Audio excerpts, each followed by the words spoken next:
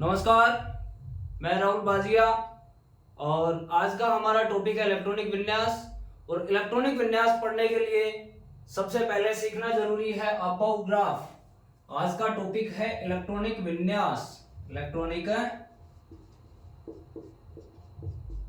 विन्यास और इलेक्ट्रॉनिक विन्यास सीखने के लिए जरूरी है अबव ग्राफ, जो हमने कल की क्लास में सीखा था।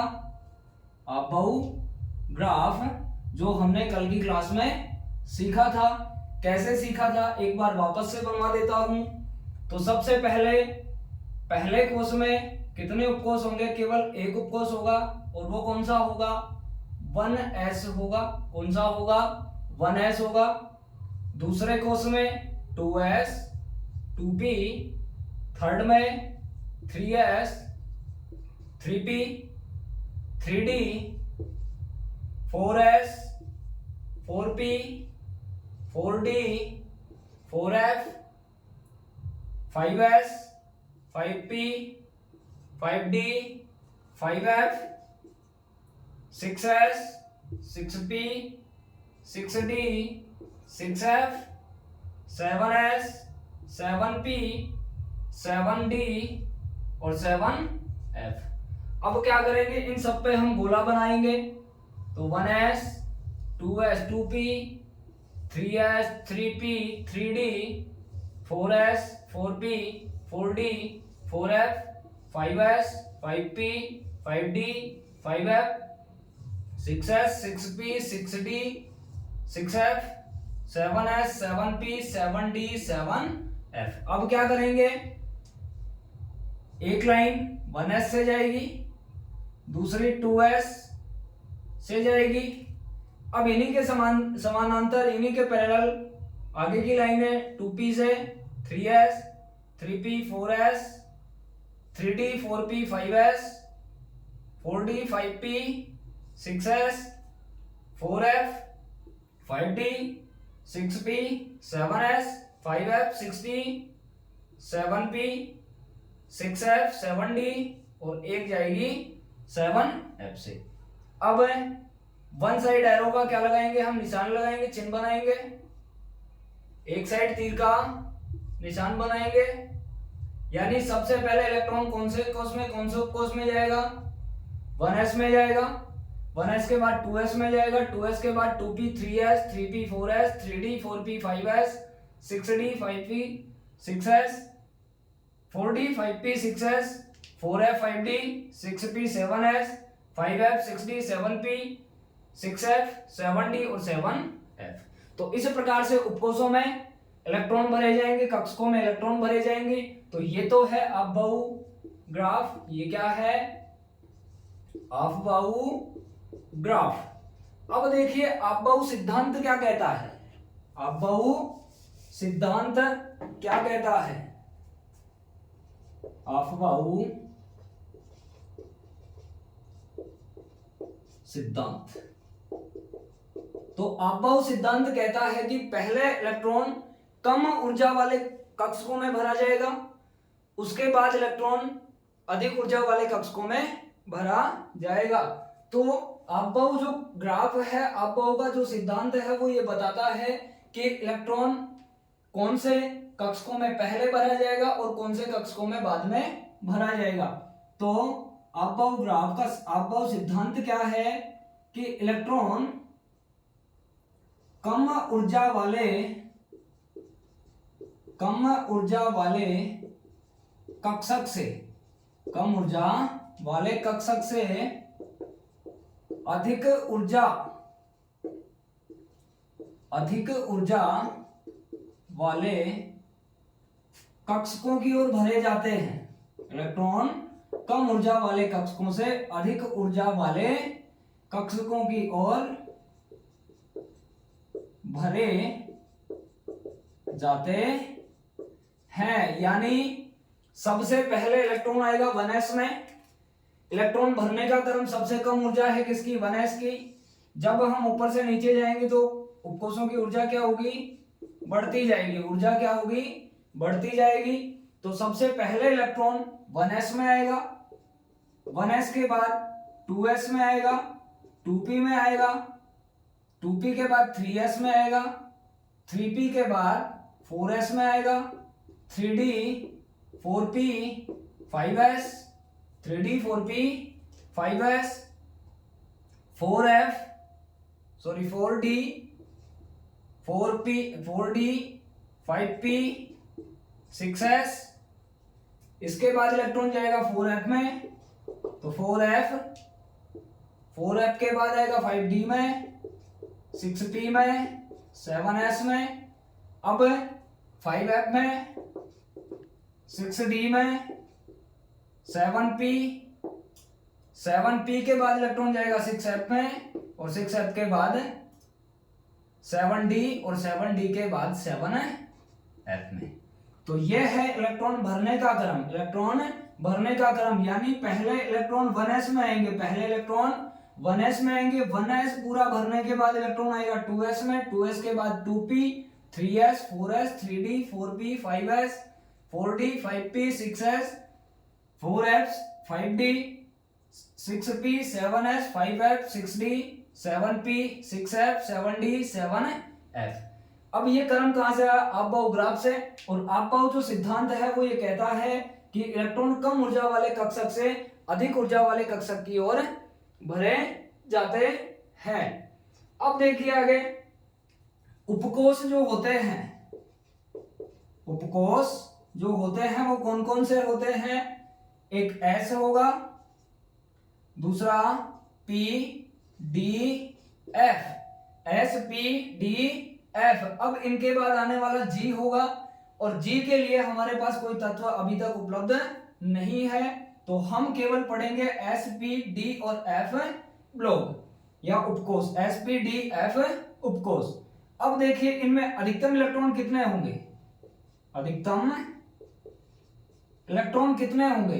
तो S कक्षक में या S उपकोष में अधिकतम 2 इलेक्ट्रॉन होंगे, P में मैक्सिमम 4 इलेक्ट्रॉन होंगे, 6 इलेक्ट्रॉन होंगे, D में 10 इलेक्ट्रॉन होंगे, और F में 14 इलेक्ट्रॉन होंगे। यानी 4 4 बढ़ाते जाएंगे। इनको याद करने का तरीका देखिए, +4 +4 +4, 4 4 बढ़ाते जाएंगे। S में 2, P में 6, D में 10 और F में 14, 2 6 10 14।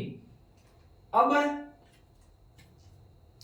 आपबाउ ग्राफ से हम किसी भी तत्व का इलेक्ट्रॉनिक विन्यास बता सकते हैं। तो देखिए S में मैक्सिमम 2 इलेक्ट्रॉन, यानी S2 बोलेंगे, इसको क्या बोलेंगे? S2 बोलेंगे, S स्क्वायर नहीं बोलेंगे। क्यों नहीं बोलेंगे? क्योंकि ये S इंटू S नहीं है, क्या है ये? S2 है। ये 2 क्या है? नंबर ऑफ इलेक्ट्रॉन्स, यानी S उपकोष में कितने इलेक्ट्रॉन होंगे, कितने अधिकतम इलेक्ट्रॉन होंगे, तो हम इसको S2 बोलेंगे, ना कि S स्क्वायर। तो ये होगा S2 P6 D10 और F14। अब देखिए हम कुछ तत्वों का इलेक्ट्रॉनिक विन्यास देखते हैं। इससे पहले आप एक बार इसका स्क्रीनशॉट ले लीजिए।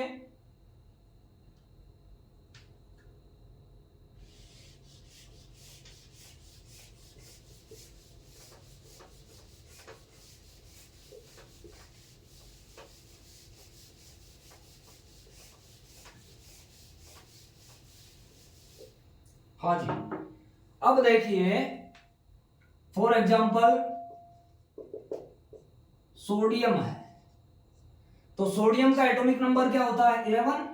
सोडियम का परमाणु क्रमांक कितना होता है? 11 होता है। सोडियम का परमाणु क्रमांक क्या होता है? 11 होता है। अब इलेक्ट्रॉन, इसमें कितने इलेक्ट्रॉन होंगे? 11 इलेक्ट्रॉन होंगे। तो एक बार क्या करेंगे, हम इन इलेक्ट्रॉनों को कॉइन्स के रूप में रखेंगे। तो 1 2 3 4 5 6 7 8 9 10 11, कितने इलेक्ट्रॉन हो गए? 11 इलेक्ट्रॉन हो गए। अब आपबाउ ग्राफ के अनुसार इलेक्ट्रॉन भरने का क्रम क्या है? तो 1s में जाएगा, 2s में जाएगा, 2p में जाएगा, 2p के बाद 3s में जाएगा, और 3s के बाद 1s2 2s2 2p6 3s2 3p में जाएगा। किस में जाएगा? 3p में जाएगा। तो देखिए सबसे पहले 1s में कितने इलेक्ट्रॉन होंगे? 2 इलेक्ट्रॉन होंगे। S 2 P 6 D 10 और F 14। तो S उपकोष में कितने इलेक्ट्रॉन होंगे? 2 इलेक्ट्रॉन होंगे, तो 1s2। अब वापस कौन सा आ रहा है? दूसरे कोष का S उपकोष आ रहा है, तो दूसरे कोष के S उपकोष में भी कितने इलेक्ट्रॉन होंगे? एक और है, 2 इलेक्ट्रॉन होंगे। कितने इलेक्ट्रॉन होंगे? 2 इलेक्ट्रॉन होंगे। इसके बाद 2p, तो 2p में कितने इलेक्ट्रॉन होंगे? 6 इलेक्ट्रॉन होंगे। तो 1 2 3 4 5 6। 2p में कितने इलेक्ट्रॉन होंगे? 6 इलेक्ट्रॉन होंगे। अब 3s में कितने इलेक्ट्रॉन बचे? 1 इलेक्ट्रॉन बचा। तो 3s में कितने इलेक्ट्रॉन होंगे?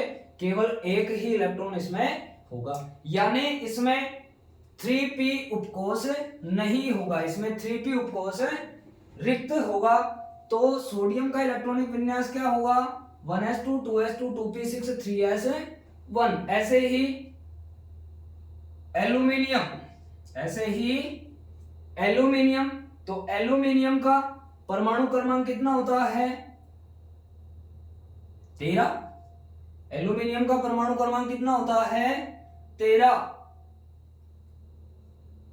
अब देखिए एल्यूमिनियम में कितने इलेक्ट्रॉन होंगे? तो एल्यूमिनियम में 13 इलेक्ट्रॉन होंगे। 1 2 3 4 5 6 7 8 9 10 11 12 13 हो गए 13।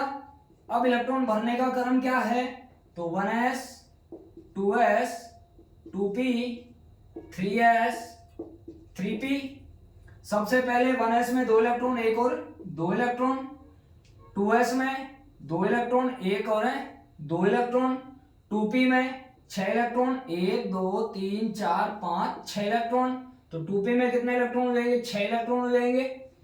अब 3s में 1 और 2 इलेक्ट्रॉन, 3s2 और 3p1। तो ये हो जाएगा एल्यूमिनियम का इलेक्ट्रॉनिक विन्यास, एल्यूमिनियम का इलेक्ट्रॉनिक विन्यास। अब इलेक्ट्रॉनिक विन्यास के कुछ अपवाद भी होते हैं और इन अपवादों को हम पढ़ने वाले हैं जब हमारी 11th और 12th क्लास की रेगुलर क्लासेस होंगी, तो उनमें हम अपवादों को भी पढ़ेंगे। इलेक्ट्रॉनिक विन्यास के जो अपवाद हैं उनको भी हम पढ़ने वाले हैं। फॉर एग्जाम्पल फॉस्फोरस, तो फॉस्फोरस का एटॉमिक नंबर कितना होता है? 15 होता है। फॉस्फोरस का परमाणु क्रमांक क्या होता है?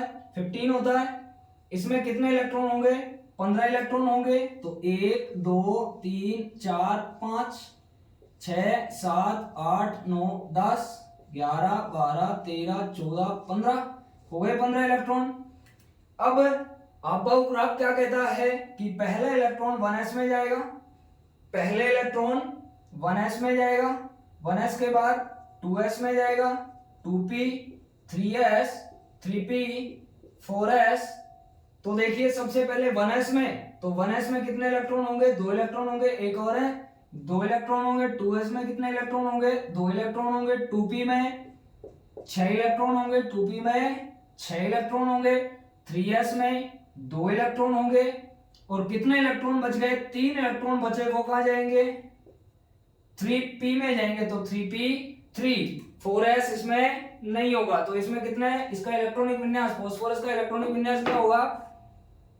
1s2 2s2 2p6 3s2 3p6। ऐसे ही आप और भी तत्वों के इलेक्ट्रॉनिक विन्यास बता सकते हैं। किसके आधार पर? अबव ग्राफ के आधार पर।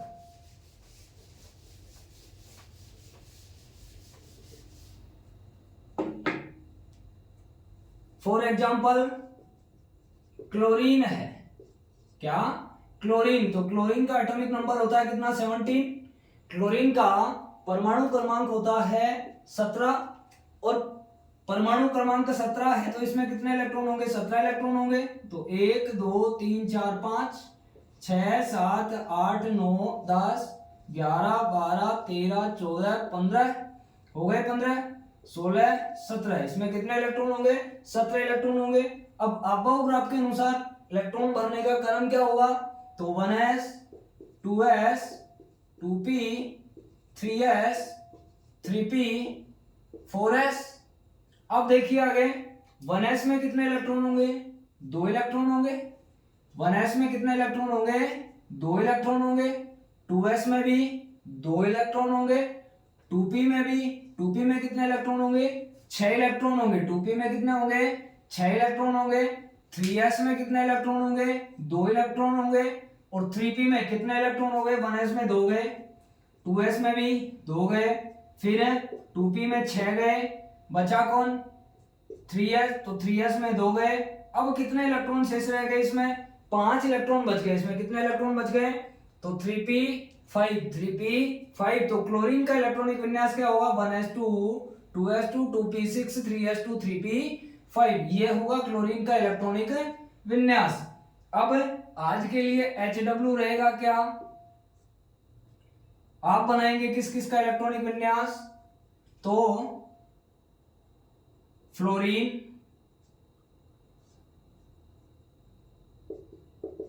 Argon,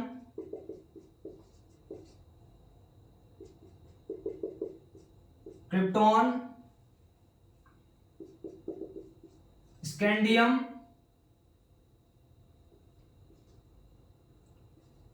iron, cobalt. ये है आपका आज का होमवर्क। किसके आधार पर?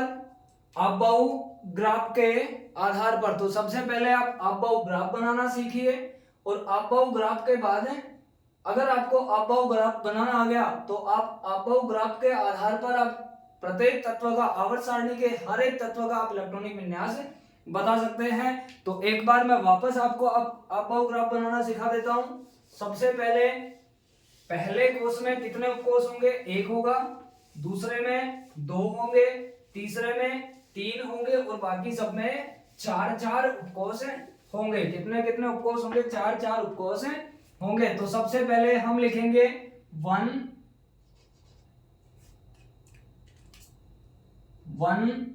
2 3 4 5 6 7। ये किसका मान है? n का मान है। और n क्या है? यहाँ कोष की संख्या है, सेल नंबर है।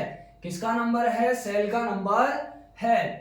तो पहले कोष में ये होगा ऊर्जा का बढ़ता क्रम, उपकोषों की ऊर्जा का बढ़ता क्रम, यानी सबसे कम जो ऊर्जा होगी वो किसकी होगी? पहले कोष की होगी। फिर इससे ज्यादा दूसरे की, तीसरे की, चौथे की, पांचवें, छठवें, और सबसे ज्यादा होगी 7वें कोष की एनर्जी।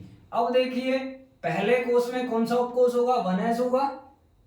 दूसरे में होगा 2s 2p, तीसरे में 3s 3p 3d, चौथे में 4s 4p 4d 4f, पांचवें में 4s 4p 5s 5p 5d 5f, 6s 6p 6d 6s, 7p 7s 7p 7d और 7f। अब सबके ऊपर क्या बना देंगे? गोला बना देंगे। सबके ऊपर गोला बनाएंगे तो बना देंगे 3s 3p 3d 4s 4p 4d 4f 5s 5p 5d 5f 6s 6p 6d 6s 7s 7p 7d 7f। अब एक लाइन कहां से जाएगी? 1s से जाएगी। पहली लाइन कहां से जाएगी? 1s से जाएगी, 2s से जाएगी, 3s 3p 4s 3d 4p 5s 4d 5p 6s 4f 5d 6p 7s 6d 7p 6s और 7f। तो सबसे पहले इलेक्ट्रॉन जाएगा किसमें? 1s में जाएगा। 1s के बाद इलेक्ट्रॉन जाएगा किसमें? 2s में जाएगा, 2s से सीधा कहाँ आएंगे 2p में, और 2p के बाद 3s में, 3s से जाएगा 3p, 4s, 3d, 4p, 5s, 5s से सीधा 4d में, 5p में, 6s में, फिर 4f में, 5d में, 6p में और 7s में। इसके बाद 5f, 6d, 7p, 6s, 7d, 7f। तो ये है इलेक्ट्रॉन भरने का क्रम, यानी इलेक्ट्रॉन 1s से जाएगा सीधा किसमें 2s में, 2s से जाएगा किसमें 2p में, फिर 3s से जाएगा सीधा 3p में, 3p से जाएगा कहां 3d में, फिर 3p से 4s, 4s से जाएगा 3d में। इसके बाद 5s से कहां जाएगा